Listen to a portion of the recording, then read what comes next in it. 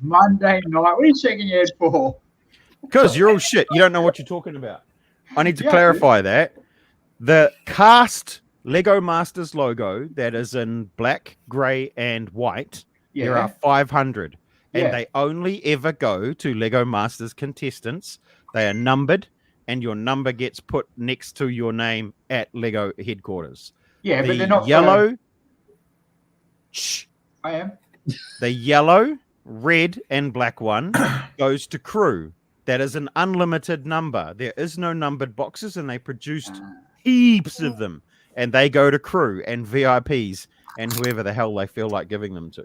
Oh. So no, your little black, yellow, and whatever one, your monochrome. Okay, so here's the kicker.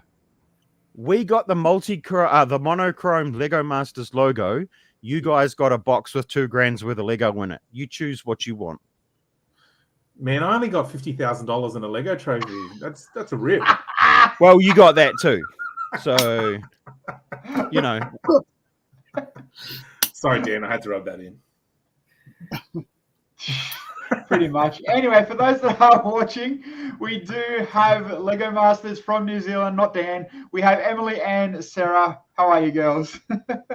Hi, how's it going? Thank you for joining us. Now, obviously, Dan just likes to stick it to me every way he can when I'm wrong, so I don't mind it. It's good. It's all good. I've had to put up with you doing this for 2 years, man. That's why we're so good at it. That's why we all flow naturally. It's beautiful. I'm just getting my own back. Been waiting for it. Anyway, good. Hi Em. Hi Sarah. How are you? Welcome to the chaos. Looking Yeah, we thought we were walked into the middle of an argument. Yeah. It's just the normal, you know. It's the normal bitch fight between me and Bilsy every week, you know. It's the professionalism. Mate, it's the quality and the class. So for those that are watching, obviously a lot of you over in NZ will know Emily and Sarah already, part of the crew, obviously like Dan and Jono and everybody else had Adam and Amy last week. The girls tonight, and we'll sit down, we'll have a chat, and we'll go through some of your builds and I guess your guys' experiences and stuff. But I guess for Brent, g'day Dave. I guess for Brent and everybody else that gets as excited as me, do you know they're re-releasing the Lego shoes again back in Adidas stores? Just saying. Who cares? Just saying. Get out there and buy it. All right, let me share some screens. Let's get straight into the builds. Now, hopefully, I've got. So again, I learned last week real quick that your publicity people just gave crap photos for us to share and go through. So I've got a few different videos that I've queued up for the photos that I don't have when we get through them. So hopefully, we'll be able to watch some good footage. But we'll start with episode 1. Dan, you can say what that episode was called again, because I always get it wrong. Archipelago. There you go. The island challenge. Build a tourist destination. That was a cool episode. Yes, it was very cool. And then obviously you guys tackled this awesome massive rubber ducky. Give us the story, the I guess the how would I experience, the give us the A to B on why you built this and where it comes from. Or you can look at, when you look at those photos, all the mistakes. Yeah. We basically wanted to just go straight off the gate and do something weird. I mean, it's fascinating watching a show back when you've been on it, because you realise we came across quite quiet and not that loud, but in real life we're very loud and very out there. And I think for us, true story. Dan will not deny that fact. And so we wanted to do, just straight off the bat, do something just mental and out there. And so we were thinking about the brief, and we'll go, well, it doesn't need to be an island; it can be anything. And so we were sort of toying with this idea of chasing the sun and being we often sort of think about people who just want to be in hot countries or go somewhere where it's not cold. I mean, we live in Christchurch, it's cold all the time, but so we were sort of playing with those sort of ideas. We started with we were sort of talking about a water park. We thought of a water park, and we wanted something that would move and that you kind of, and you didn't know where it was going to be, like those kind of parties, like the really cool parties. You never know where they're going to be. All those parties we go to. All the time. Where you put the keys in the glass jar at the front door, them type of parties?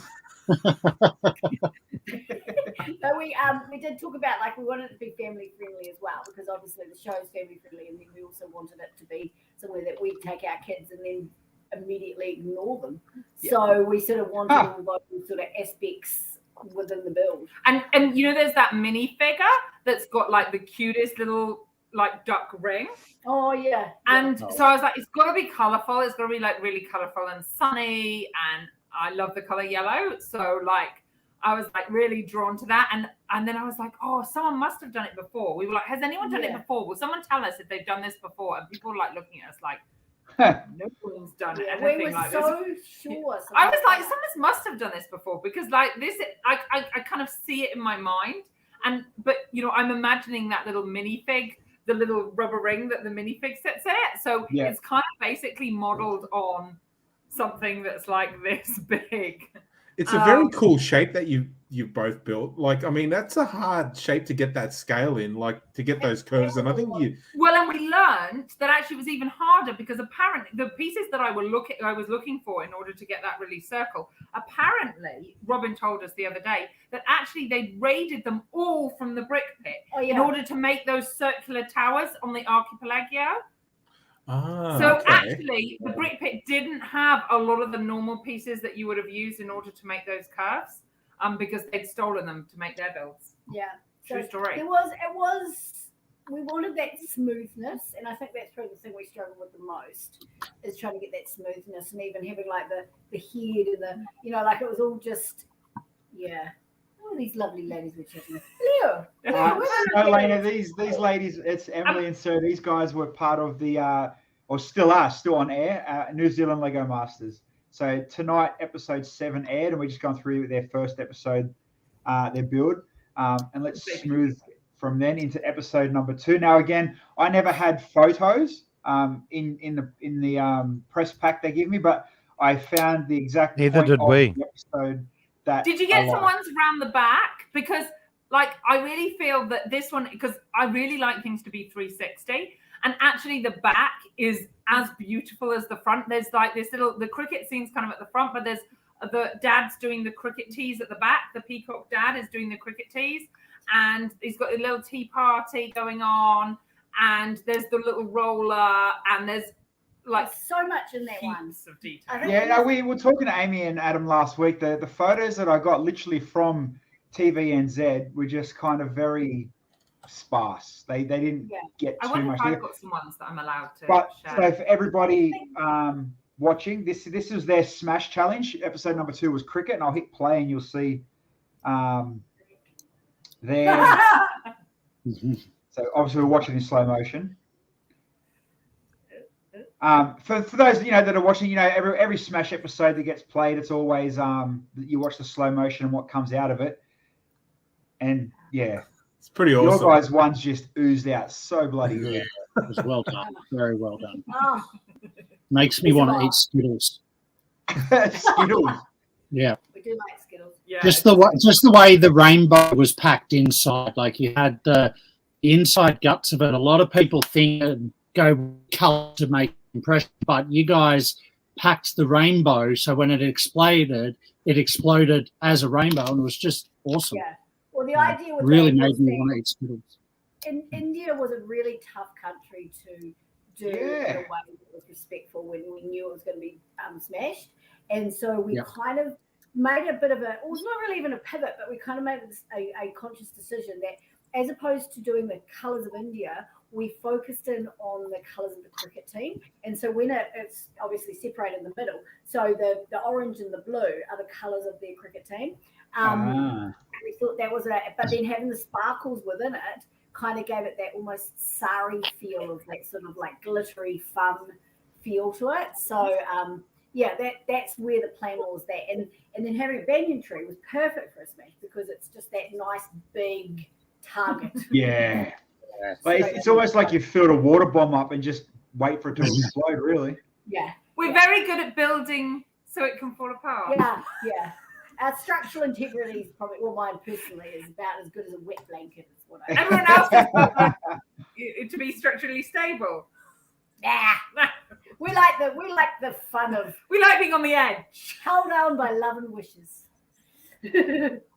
Good on you. And like most of them, they all smashed really good. But kind of yours was the only one that stuck out. And perfect, like you said, you went for the cricket colours, but it was just a perfect contrast. But that whole big oozing and the amount of oozing, I think that one just nailed. There was that so much in there. There was so much. As Australians, what did you think of the kangaroo? Yeah. we thought it was pretty funny, especially the whole little, the budgie smugglers, and they did really, really well. I like that. It was spectacular. Yeah, they did good. Moving on, next one was obviously cut in half, and you guys got the barbecue. We love that one. I found it funny where halfway through the episode they're like, it doesn't even look like an octopus, it looks like a spider. And I'm watching, thinking, it looks nothing like a spider. What are you looking at? That's octopus all over. Yeah. For those of you viewing from another country, the little round thing at the bottom is a tomato sauce bottle, which is very very Kiwi. So we really, really wanted to have that in there. And it has the leaking is the dots, because I'm totally obsessed with Lego dots. So like having that spilling out and then it's sort of on the floor. It was absolutely lovely. Thanks, Dave. Thanks, Dave. Cheers.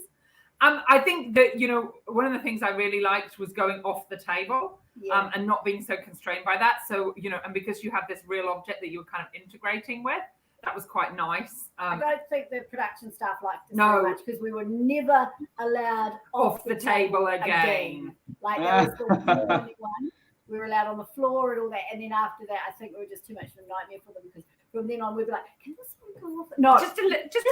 No, just a bit. No, don't go off the edge of the table. So we pushed the envelope a wee bit too much. And didn't they make the point of one of the other guys? It might have even been Adam and Amy. No, someone that they purposely went off of them because they didn't go off the base plate. Yes. Yeah.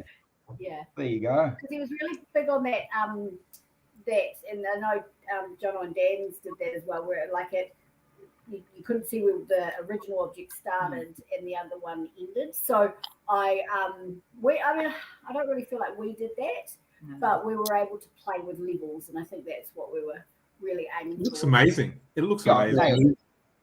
You did really well. That's Emily's genius. It just came to me as soon as we got that, because we've been hoping for the lawnmower, and we just genuinely were like, just saw this, the black with the orange. I was like, it's got to be orange. And I just saw an octopus, what can you put on a barbecue that's orange and thing. It was really the sort of the head part of it is like sewn together with those long, what do they call them? I don't know. I don't know. They're like really long pieces. Dan, what are the long pieces that we use in like everything? Flex tube. Flex tube. Brilliant. So using the brick that I'm not allowed to mention the name that we called it, but Dan, it has another name as well. What's the one? Which brick did you? What one? Our favourite brick. You can call it. You can say the male brick. One. Oh, the Technic penis. That one. We don't know who's watching. Yeah, I don't know what level you're at. This is not a kid-friendly show, ladies. Yeah, it's okay. This is Bilsy's stream. You can say whatever you like on my stream, because I actually have standards. We keep it PG-13. Yeah. Okay. So anyway, that's why I come here. So those are my two favorite bricks, because it means you can change so basically you're creating this and then you're creating this other thing, and then you can sew them together. So again, ways to create a circle basically without using the kind of other ones, just because we don't have time to build that kind of whole level. So, and then I need to be able to put my hand inside it. So it's got a flap at the back. There you go. Let's just say we're lucky. We're looking at what you've built with Lego. If anyone's listening to this on podcast, who knows what we're talking about with your flap in your hands? Yeah. Lego penis with a flap at the back. That you got to be able to get your hand in. Yeah. Got to be able to get your hand in. That's important. You guys said you were hoping for the lawnmower. Did you have an idea for the lawnmower as soon as you saw it? Yeah, we did. We were going to have, because we both live on lifestyle blocks. So like for us, apparently Twitch isn't a thing anywhere else. No. Like we call it Twitch, but like it's basically like couch grass. It's like a rhizome based grass that kind of comes up and it's impossible to kill. And so we had this idea that it would be this kind of grass monster that was kind of coming out and was grabbing hold of the controls. So it would go like right up to the handle, and so That's pretty cool. much like that challenging. Very cool. And we just love the idea of challenging of gravity and sort of weaving within the thing. I mean, the half and half was the one we were probably really hoping that we would get. That was the one we were just like, oh god, I hope we get a half and half. What one didn't you not want? That bloody hanging one. Yeah, but I really wanted the hanging challenge. Yeah. That's the one that I said I really wanted, and they were like, "Oh, you're going to love it because it's this challenge."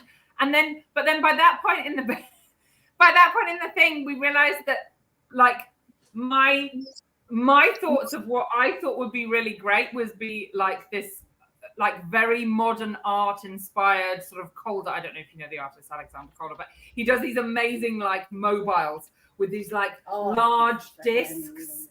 And like these kind of things, and they all balance, and it's amazing about all the different balance and how they just move in the wind.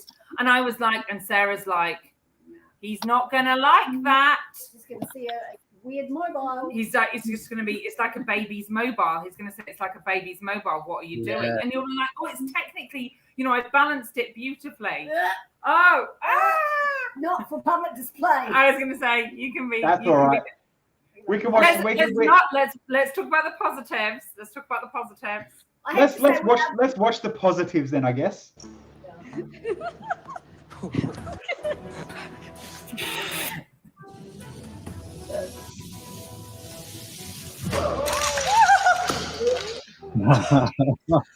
That was it. 20 kilos, I think that one was. Look at all that. Held up well. So comfortably. Where are we going next? Very different, definitely a different style of bridge challenge where you've got the force. I think we slightly touched on it last week. How it's, you know, it's not just the weight; it's actually ripping down as part of the bungee as well. And he really did point that out, in that every time it dropped, you're getting more damage. So he said, There you go. Yeah, don't. There it is there. Yeah. Because he was like, don't, and I think that's probably why we went straight to 28. And I don't know why we went to that, but it's okay. But we were just like, we don't want to keep damaging it. And we thought the others were going to do so well. You know, we were like, oh, the next one's going to be like 40. You know, I mean, Glenn and Jacob said theirs would take 50, 75? 75. So I was like, they're going to take 75. We've got to at least go half. You know, let's try and get closer. Was there much snapped bricks? Yes, massively, all the way through. You should put some ones. They literally sheared straight through the bricks. Yeah, I should have brought them. Like multiple bricks. They said it must have snapped several before it went. I mean, it was the constraining bands that really held it. And you don't really see. I mean, this is kind of taken from a statue that I worked on, where you've got these kind of carbon fiber rods that are sent through, and they're very kind of a bit like Lego bricks. They're kind of quite sort of weak. In that kind of, they don't have much flexural strength, and so actually having those, and if we'd have managed to get more of those along, yes, and there is a reason. I noticed that it was on sideways, and there is a reason for that as well. So those were the kind of things that we did to try and sort of force it. You should use more Peter's pieces. Keep it harder, you know. Keep it up. Yeah, and if I'd have joined them, well, it would have been nice if it had been just, you know, the trouble is we were so divided between making it look pretty. No, you can see, I can't even think about anything now. You know. All right, oh my gosh. This mermaid. I mean, I get it. The story behind it was obviously Ocean's most favourite mermaid. The swimming and you know the effect of it, but it dead set looks like you've tied her up and she's trying to escape. Which we should have just gone with. Whereas she was supposed to be holding on to a Look, plant. get me out! Help me! And I did make a puffer fish to go on there. There was a beautiful. So she was supposed to be reaching up for the puffer fish. We spent star. so long on the Motor of Doom, and I just and that is an abomination. an abomination. I should have just literally picked it up and smashed it on the floor. And making her a booty shelf just made me so angry. To this day, we don't know. Like, it's just. It's just awesome. Like, we lost so much time, like going, what are we going to do? How are we going to put a shelf on it? And she looks like, I mean, as Robin said, there's salmon on the hook. The next day, however, she flapped beautifully straight away. I can't stand those. What type of, it was Mindstorms unit? Hate those units. I'm used to Boost, where you can program it. I like to be able to program. I did like the hair. Especially with the hair. I mean, we talk shit all the time, different builds and stuff, and the idea of a swimming mermaid obviously was a really good idea, and you got through and did all right on that one. But yeah, like you said, it's always that one-off that you got the jerky motion or something will get stuck or you get a bit of plastic dust in there. Me and Henry did a show in Canberra, and Bills went down to Canberra, and one of Henry's things moved, got a bit of dust in it, and they grind and they start getting jolty and. Yeah, you don't realize how much of the ABS plastic wears off. I know that sounds super nerdy, but like if you've got a mechanism that's constantly just going back and forth, all the dust rubs off and then it just jams the mechanism after a while. And it happens quite quickly. And yes, Sato, as you said, perfect idea. It's not the execution that use work. It's you got to realize, you might say 8, 10, 12, 14 hours. You're blinking gone half the time. And if you spend all that time making that wiggle or, like you said, making the booty, crap, we've only got 4 hours left. What do we do? Yeah. Well, I spent a lot of time on my fish as well, and that just didn't even make it in. And Robin it was beautiful. It looked really beautiful, and we didn't have the time for the face and those elements, and because I'd worked on trying to pivot everything and making nothing flat, and then he comes out with this level. I really thought I was actually going to just lose it, and then that just throws you. That's 45 minutes of you being completely thrown by what on earth do you do to make something that you've spent however many hours not level. But again, that's also good TV. Oh, we made well, I don't know about that. It's just surprising how much didn't make it that we thought would. Us like arguing and all that sort of stuff. Like they were very kind to us. They have been very kind, I think, to all teams. It's obviously editing weighs on a fair. I mean, you can't put words in people's mouths, as we said before, and you can't make people act, but editing helps sell the story where you're going to be the happy, fun, loud mums, or like you said, you thought you come across quiet, and Dan even pre-warned me, make sure you turn Emily down, she's a bit loud, you know what I mean? So you weren't supposed to say that out loud, Bilsy. Look, Emily, by her own admission. Yeah, you think of Emily. I've said how many times do I say that quite a lot? I'm like, she said when she come in, by her own admission. It got to the point where we'd be sitting in the green room and it would just be inside voice, inside voice. I've always had that ever since I was really little, so I'm not fazed by it. Now I've got episode 6, and I've only skimmed through it. So I haven't had time to fully watch episode 6. So you're going to have to describe this one to me and those that are watching. And now it was the monochrome episode, obviously one color builds only. What were you guys building? Hang on. Can I just mimic my little commentary on this one from the show? Hang on. I look up. What the frick are they building? Literally. Confusion. I think we could have safely said that we were building confusion. We actually just had a really good talk about this, and I think for us, what we focused on and what he was looking for was two different things, and that's probably the first time we didn't really execute the brief, but what we had in our heads. So we love art. Like art is just something that we're so passionate about. I mean, Emily works in the freaking museum; she's around art all the time, and I think for us, we wanted to create like these. The negative spaces, the forced perspectives, the look, and using that kind of sculptural art, when what he wanted was an emotional response, and I mean he got a lot of emotion from us, and that we were so confused and we just didn't know what we were doing. But then we were like, we were literally just reflecting on it and going, we should have gone more emotion. And so the plan at this stage was it was going to be a sun rising, and then the reflection was the bit along the bottom, because you can see where I'm pointing with my hand. And then we were going to have like tendrils come up around the outside, and so it's going to be the sun. And to us, it was like, well, you know, happiness, sun, joy, yellow, yes, joy, and it's allowing those emotions to organically form. And then he sent us to a dark place. Yeah, he sent us to a very dark place because then he was like, I don't think you get it, and we were just like, but it's art, it's subjective, it's art, we know art, and I think we got kind of stuck in our own heads, and we were just going. Our initial plan was to just put a big pile of yellow bricks and to have someone line it as a live. And in a sort of performance piece. Yeah, and so we did ask if we could put them on the floor and just throw them out. And then when he says, and then just basically spend like 12 hours doing whatever we liked, and make some cute things. And then literally when he says, "Where's your piece?" we literally lie in the things and do snow angels and sort of. I did suggest having like some kind of naked model do it.